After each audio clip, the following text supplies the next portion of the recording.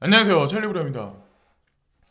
어제도 새벽에는 일어났어요. 어제도 새벽에 4시에는 일어났는데 뭐 뉴스거리가 제가 말씀드릴 만한 게 없으면 퍼즐을 맞히기 애매모호한 게 있으면 저는 일단 뭐 방송을 안 해요. 특히나 요 근래 뭐 시장 상황이 이러는 게 막 이러니까 제가 뭐라고 방송을 한다고 하더라도 그것에 관해서 그냥 고리타분하다, 받아들이기 힘들다 아마 이렇게 보실 분들이 아마 되게 많을 거예요. 그러나 큰 방향성 흐름에서는 아마도 제가 말씀드린 방향대로 갈 확률이 되게 높다라고 저는 생각을 합니다. 그리고 3분기가 됐던 4분기가 됐건 거대한 양적 완화를 또다시 연준에서 할 가능성이 높다. 연준에서 거대한 양적 완화를 하게 되면 또다시 엄청난 상승장이 올 거라고 이제 저는 생각을 합니다. 그리고 그 키를 가지고 있는 건 코로나 바이러스를 잡냐 못 잡냐에 따라서 연준에서 또 다른 거대한 양적 완화를 하냐 안 하냐가 결국 결정되기 때문에 저는 요 근래 이 코로나 바이러스에 관해서 많이 말씀을 드리는 거예요. 제가 코로나 바이러스가 퍼지길 바래서 그러는 게 아니라 다시 퍼지고 있기 때문에 저는 그렇게 말씀드리는 거예요. 그리고 퍼질 수 있을 확률이 높다라고 제가 이제 말씀을 많이 드렸었잖아요. 연준도 그런 얘기를 지금 하고 있죠. 인플레이션 우려만으로 금리를 인상하지 않을 것이라고 제롬 파월 연준 의장이 그렇게 또 36시간 전인가 아마 그런 얘기를 했을 거야. 아마 여러분들 이미 보셨을 거고. 자, 파월의 동료 중에 한 분이 이제 전염병으로 인해 많은 사람들이 퇴직하도록 촉발시켰는데 연준이 통화 정책을 강화하기 전에 미국이 위기 이전 수준의 고용 수준으로 돌아갈 수 있다고 생각하는 것은 비현실적일 수 있다고 공개적으로 제안하고 있습니다. 많은 사람들은 코로나 바이러스가 잡히지도 않을 뿐더러 잡히면 그 이전의 세계로 다시 돌아간다. 우리 자영업은 다시 창궐할 거다. 다시 시장 상황은 원활하게 돌아갈 거다. 내 불안한 일자리는 다시 안전하게 돌아갈 거라고 생각하지만 저는 그렇게 생각하지 않아요.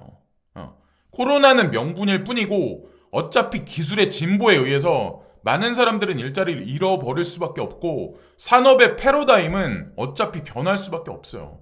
그래서 우리는 노화의 방주라고 생각해서 가상자산에 투자를 하는 거고 지금 불안한 시장이긴 하지만 제도권 수용에 관해서 그렇게 많이 멀지 않기 때문에 이런 일이 있다고 생각을 하고 위켄드를 털어내기 위해서 저는 이런 일이 있다라고 생각합니다. 뭐 다이아몬드 핸드인가?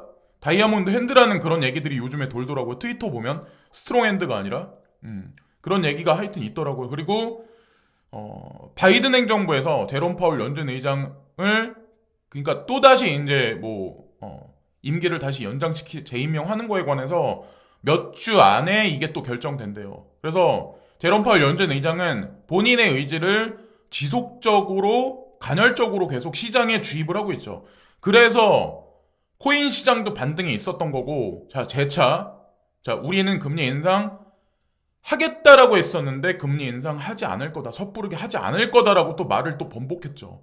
계속 말을 번복하는 이유가 분명히 있다는 거죠. 트리거가 되는 거는 결국에는 코로나 바이러스예요. 자, 근데 이스라엘을 보세요. 이스라엘은 거의 100% 가깝게 사람들이 백신 접종을 마쳤던 국가예요. 근데 다시 마스크를 쓰게 됐어요. 이 의미는 뭐냐?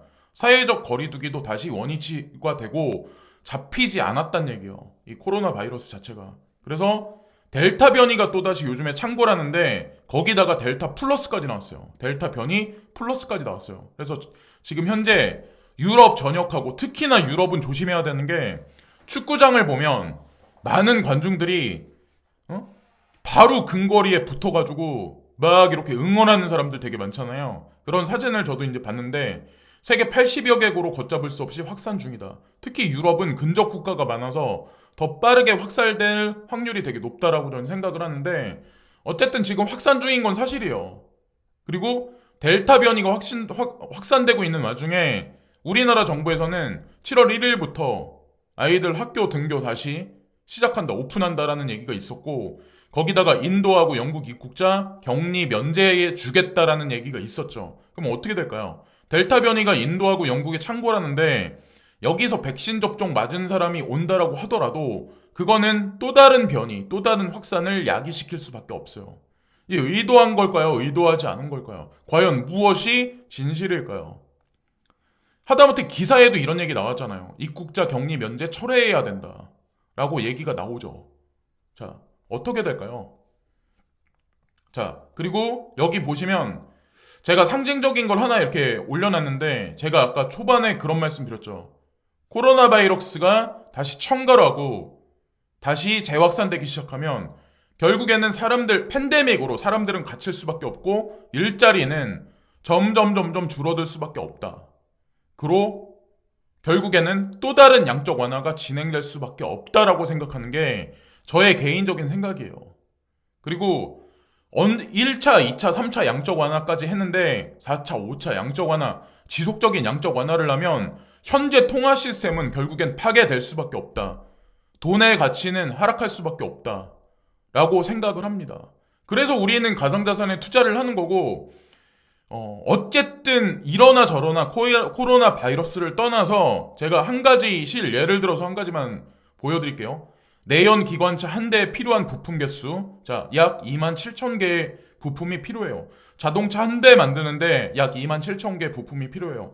전기차 한 대에 필요한 부품 개수가 11,000개예요. 거의 3분의 1밖에 필요 안 해요. 이게 무슨 의미냐면 이거를 내연기관차를 3차 산업혁명이라고 보고 전기차를 4차 산업혁명이라고 봤을 때 이만큼의 많은 사람들이 일자리를 잃을 가능성이 높고 현재 3차 산업에 있는 모든 경제 GDP를 구성하는 모든 섹터들은 이만큼 공급이 생길 수밖에 없는 거예요. 4차 산업혁명으로 넘어가면서. 자, 70%의 공급이 생길 수밖에 없어요. 그걸 메꾸는 거는 결국엔 가상자산 시장에 세제 확대와 세제 개혁이에요. 세수 창출을 하는 거고 그 안에서 저희 이제 그렇게 생각을 합니다. 그래서 어쨌건 내연기관에서는 27,000개 이런 부품이 필요하고 전기차 한 대에 필요한 부품 수가 11,000개라는 얘기는 이만큼 많은 기업들은 많은 업체들은 사라질 수밖에 없다라고 저는 생각을 해요. 시장 규모 자체가 세계 자동차 전장 부품 시장 규모가 약 580조래요. 자동차만 가지고도 이런 상황이 일어나는데 플랫폼 경제가 창궐하고 많은 사람들이 직업을 잃어버리면 그 사람들 다 어디 가서 뭘 먹고 살아야 돼요. 결국엔 정부에 의지할 수밖에 없는 거고 기본소득제라는 얘기가 나오는 게 다 그냥 그게 그냥 탁상 공론이 아니라 이미 다 예견돼 있는 일이라는 거죠. 네. 그리고 이 많은 업체들이 많은 플랫폼 경제 하에 들어가지 못한 그런 많은 어떤 3차 산업 위주의 어떤 그 공급이 생긴 그런 기업들은 결국엔 다른 업체들이 다른 패러다임들이 다른 어떤 그 산업군이 새로 생성돼서 그 자리를 메꿔야 전 될 거라고 생각해요. 지금 제도권 수용에 못 갔기 때문에 가격적으로도 많이 탄력적으로 우리가 원하는 만큼 많이 못 올라가고 또 떨어지고 이런 일이 계속 빈번하게 일어나니까 의구심을 가질 수밖에 없어요. 패닉하고. 그러니까 예스냐 노냐 거기다가 그런 얘기도 되게 많잖아요. 얼마 전까지만 해도 그랬잖아요. 가격이 떨어지니까 이제 시장 종료다. 이제 시장 끝났다. 3년 동안 이런 장세가 있을 거다. 라고 판단을 하실 분들은 알아서 이제 판단하시는 거고 아니라고 판단하시면 그냥 팔고 떠나시는 거고 저같이 그냥 계속 긍정적으로 3차에서 4차 산업혁명으로 넘어가면 결국엔 핵심으로 설 수밖에 없다. 가상자산 시장이. 그럴 분들은 그냥 남아 계시는 거죠. 그리고 가격이 폭락할 때마다 떨어질 때마다 그리고 떨어진다라고 외치는 사람들이 막 팔라고 막 조롱할 때마다 떨어질 때마다 그럴 때일수록 더 멘탈 관리가 되게 중요하다고 저는 생각을 하거든요. 자, 여기 나와 있는 것 같이 미국의 집값이에요. 오늘 새벽에 이제 그 트위터에 올라온 거를 캡처해서 올려드리는 건데 연준에서 대차대조표 양을 늘리면 늘릴수록 미국 집값도 계속해서 상승할 수밖에 없어요. 주식시장도 똑같은 구조예요. 지금 현재 상황에서. 자, 이게 어떻게 생각하시나요? 여러분, 이게 집값이 이렇게 올라가면 한국도 마찬가지지만 자, 이게 떨어지면 정부에서 세수 창출할 기회도 적어지는 거예요. 결국에는. 그 얘기는 뭐냐면 섣불리 연준에서는 금리 인상 기조에 관해서 금리 인상에 관해서 계속 말을 번복하잖아요. 한 일주일 전에는 금리 인상 테이퍼링에 관해서 공포심을 조장하고 엊그저께는 또다시 제롬 파월 연준 의장이 코로나 때문에 제대로 된 일자리가 없기 때문에 그러니까 금리 인상 발언에 관해서 조심스럽다. 금리 인상하지 못한다라는 얘기를 계속 번복해서 하잖아요. 그 얘기는 한 가지 명분을 뒤로 밀어둔 거예요. 코로나 바이러스라는 명분을. 그리고 7월 4일까지 바이든 행정부에서 70% 이상까지 넘기겠다 그런 얘기를 했었거든요. 바이든 대통령이. 근데 현재 64%인가 되는 걸로 알고 있어요. 그러면 그 얘기는 7월 4일이 멀지 않았기 때문에 그 약속이 이행되지 않을 가능성이 높다라고 보시면 돼요. 어쨌든 양적 완화는 진행될 거라고 저는 생각을 하고 2020년에 다비치라는 분은 아마 아실 거예요. 다비치. 근데 그분이 아침에 이 사진을 올리셨어요. 2020년에 6,000달러까지 올라갔을 때 우리는 비트코인을 샀다. 그리고 3,000달러까지 떨어지니까 많은 사람들은 그랬죠. 죽기 전에 팔아버려야 된다. 그래서 비트코인을 던져버렸어요. 다른 코인 다 마찬가지라 생각해. 그리고 나서 10,000달러를 찍으니까 다시 샀어요. 2021년에 6만 달러를 찍었어요. 우리하고 지금 현재 상황하고 똑같은 거야. 그리고 중간 그림을 보시면 3만 달러까지 떨어졌어. 엊그제 3만 달러까지 실제로 떨어졌잖아요. 그죠? 그래서 그때 패닉하고 시장을 떠나신 분들이 아마 되게 많을 거예요. 떠나시든 아니면 팔아버렸거든. 근데 연말에 가서 지금 10만 달러를 예상하시는 분들이 되게 많아요. 저도 최소한 1억까지는 연말까지 찍을 거라고 생각해요. 알트코인들도 마찬가지로 예전에 6만 달러까지 갔을 때 그 이상 훨씬 더 넘어갈 거라고 저는 생각을 해요. 연말까지 가면. 자, 그래서 연말 되니까 또다시 샀어요. 누군가는. 자, 10만 달러 올라갔을 때 또다시 샀어. 2020년이 됐어. 20만 불로 시작해서 중간에 또 50%가 깎여요. 10만 달러까지 떨어져. 그러니까 그걸 팔고 그냥 나가버려요. 그리고 나서 이제 30만 불을 다시 찍어.